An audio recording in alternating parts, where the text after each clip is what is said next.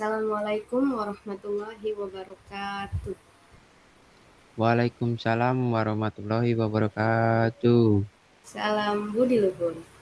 Perkenalkan, nama saya Fajrin Kirana dengan NIM 193250323, jurusan akuntansi dari Fakultas Ekonomi dan Bisnis Universitas Budi Luhur. Pada kesempatan kali ini, saya ingin menjelaskan materi tentang kepemimpinan strategis dan elemen-elemen kepemimpinan bersama teman saya yang bernama Reza Faisal untuk penilaian ujian akhir semester pada mata kuliah kepemimpinan dengan dosen pengampu saya yaitu Bapak Dr. Muhammad Mabrur Taufik SAG SEMM. Baik, materi pertama yang akan saya bahas yaitu mengenai kepemimpinan strategi. Kepemimpinan strategis meliputi kemampuan mengantisipasi, memiliki visi, dan mempertahankan fleksibilitas, memberi kuasa kepada orang lain untuk menciptakan perubahan strategis yang perlu. Kepemimpinan strategis efektif diperlukan untuk merumuskan dan menerapkan strategis dengan sukses. Adapun langkah-langkah menjadikan kepemimpinan strategis yaitu langkah yang pertama, mencetus gagasan yang strategis. Setiap pemimpin diharapkan memiliki banyak sekali ide ataupun gagasan yang ditujukan kepada pembangunan perekonomian rakyat. Dengan ide itu atau gagasan tersebut dikoordinasikan dan dilihat strategis jika jitu untuk membangun perekonomian yang maju seperti apa. Perlu Anda ketahui bahwa seorang pemimpin perlu ada ide baru yang muncul untuk memberikan pencerahan untuk semua orang yang datang, juga dapat memberikan saran yang terbaik untuk merealisasikannya. Seorang pemimpin membutuhkan penasehat agar memanjang sebuah masalah dengan lebih luas. Namun diperlukan ketelitian untuk memilih penasehat. Jangan sampai penasehat inilah yang menjadi bumerang untuk Anda sebagai pemimpinnya. Langkah yang kedua yaitu penetapan strategis. Dalam penetapan strategis adalah memaksudkan pada memberikan keputusan atas segala gagasan yang dituju. Setiap gagasan tersebut dapat menjadi hasil yang maksimal apabila ditetapkan dengan strategis. Namun, akan juga menjadi bumerang apabila ditetapkan dengan cara yang kurang bijaksana. Dalam penetapan sesuai dengan rumusan masalah yang benar dan dilakukan oleh tenaga ahli. Apabila suatu perkara diserahkan kepada ahlinya, maka akan mendapatkan sesuatu yang terbaik. Namun apabila tidak, maka hasil yang akan diberikan tidak akan berkembang secara maksimal. Langkah yang ketiga yaitu evaluasi. Setiap pencetus ide dan juga menetapkan keputusan haruslah disertai evaluasi setelahnya. Evaluasi ini bertujuan untuk memberikan pemahaman akan keputusan yang diambil. Misalnya saja, keputusan yang diambil apakah sesuai dengan hasil yang diinginkan atau tidak. Apabila sesuai, maka akan memberikan segalanya dampak yang terbaik. Langkah yang keempat yaitu memberikan penjelasan jangka panjang. Anda sebagai pemimpin harus juga memberikan perencanaan jangka panjang. Perencanaan jangka panjang inilah yang akan membuat segalanya menjadi lebih mudah. Perencanaan jangka panjang yang akan memberikan dampak yang terbaik untuk kelangsungan wilayah yang dipimpinnya. Rakyat yang langsung merasakan dampak dari perencanaan masa depan mungkin untuk waktu singkat tak terlihat hasilnya. Namun apabila jangka panjang, maka manfaat yang diberikan dengan mudah dirasakan. Langkah yang kelima yaitu memberikan manfaat. Yang paling penting adalah memberikan manfaat yang akan diberikan oleh rencana kepemimpinan tadi apakah bermanfaat atau tidak. Apabila memberikan kemakmuran, maka sudah seharusnya diberikan dengan cara yang bijaksana dan juga dioptimalkan. Jangan sampai berhenti apabila keputusan yang diambil memberikan manfaat yang banyak. Manfaat yang diberikan dapat berupa kemudahan jalan dan juga perekonomian yang semakin maju. Apabila seperti ini, tak hanya pemimpin yang diuntungkan, namun juga semua lapisan masyarakat akan merasakannya. Baik, langkah yang terakhir yaitu aktif dan optimis. Sebaiknya Anda tetap optimis dalam menjalankan segalanya agar lebih baik lagi. Ingat, seorang pemimpin harus membanggakan sifat sikap aktif dan optimis. Apabila belum ada perencanaan membuat terobosan baru, maka sudah selayaknya meneliti dan memikirkan sebuah langkah selanjutnya yang lebih baik untuk hidup semakin sejahtera.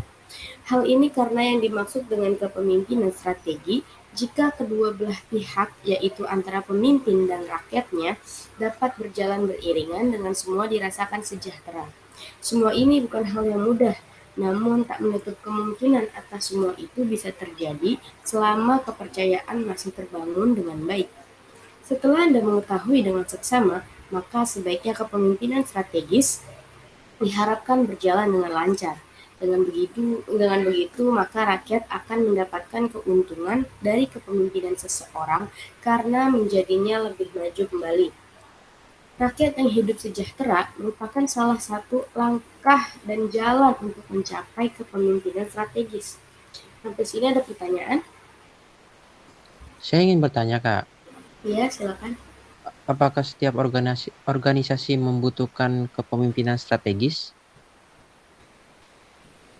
Baik, ya, setiap organisasi saat ini membutuhkan kepemimpinan strategis karena tantangan organisasi saat ini begitu kompleks. Maka diperlukan pemimpin yang memiliki pola pikir dan bertindak strategis serta visioner, sehingga setiap keputusan yang dikeluarkan tepat. Ada lagi? Ada lagi, Kak, mengapa diperlukan kepemimpinan strategis dalam suatu organisasi? Oke, eh, Kepemimpinan strategis akan sangat membantu memperbaiki kinerja perusahaan dan dapat menyelesaikan masalah struktural dalam suatu organisasi. Ada lagi? Ada lagi, Kak. Ini keterampilan apa yang harus dimiliki oleh seorang pemimpin yang strategis? Oke, salah satu keterampilan yang harus dimiliki untuk kepemimpinan strategis yang efektif adalah menentukan cara untuk mempresentasikan ide sehingga setiap orang mampu sepenuhnya memahami dan memiliki kesempatan untuk memberikan umpan balik dan kontribusi tambahan. Apakah sudah cukup? Sudah cukup, Kak. Terima kasih. Baik, jika sudah cukup, saya akan lanjutkan ke pembahasan materi yang kedua. Materi yang kedua yang ingin saya jelaskan yaitu mengenai elemen-elemen kepemimpinan. Ada 4 elemen utama kepemimpinan yang efektif menurut Bakhtiar Simamora, PhD, yaitu mempunyai pengalaman sukses, memiliki visi, menghargai orang lain, dan pribadi yang kredibel. Keempat elemen ini bisa jadi tahap awal untuk evaluasi dalam rangka meningkatkan kualitas kepemimpinan kita.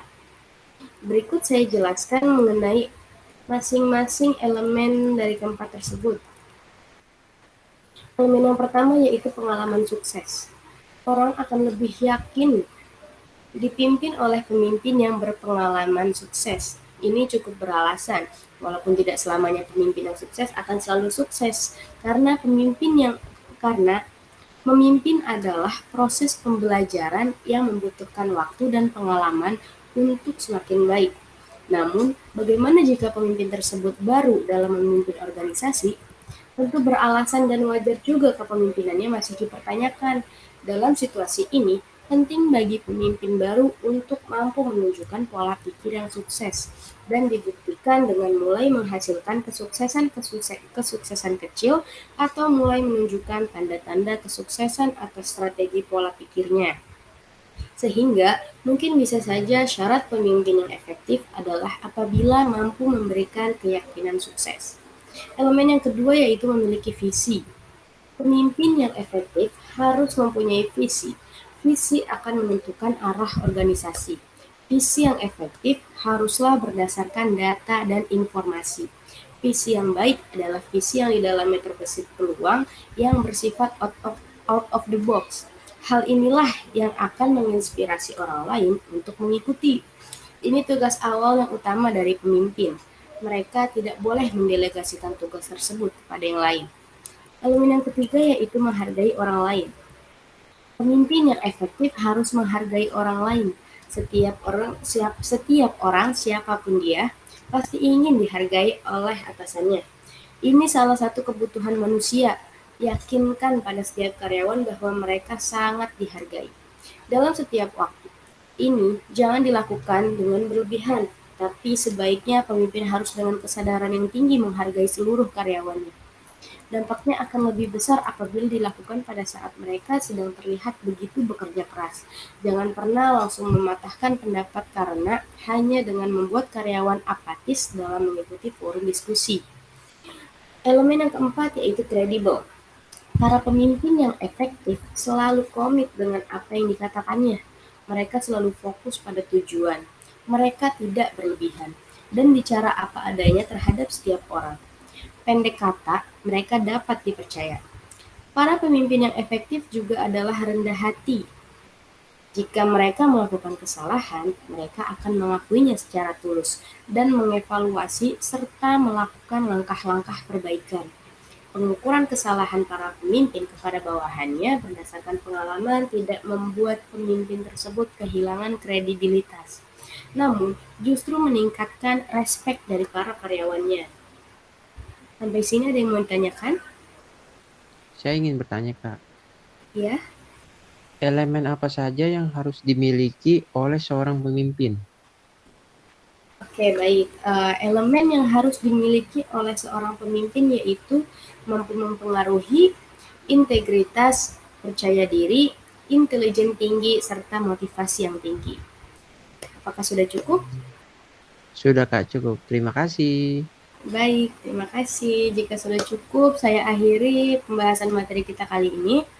Kurang lebihnya saya mohon maaf. Saya akhiri. Wassalamualaikum warahmatullahi wabarakatuh. Salam Budi Luhur.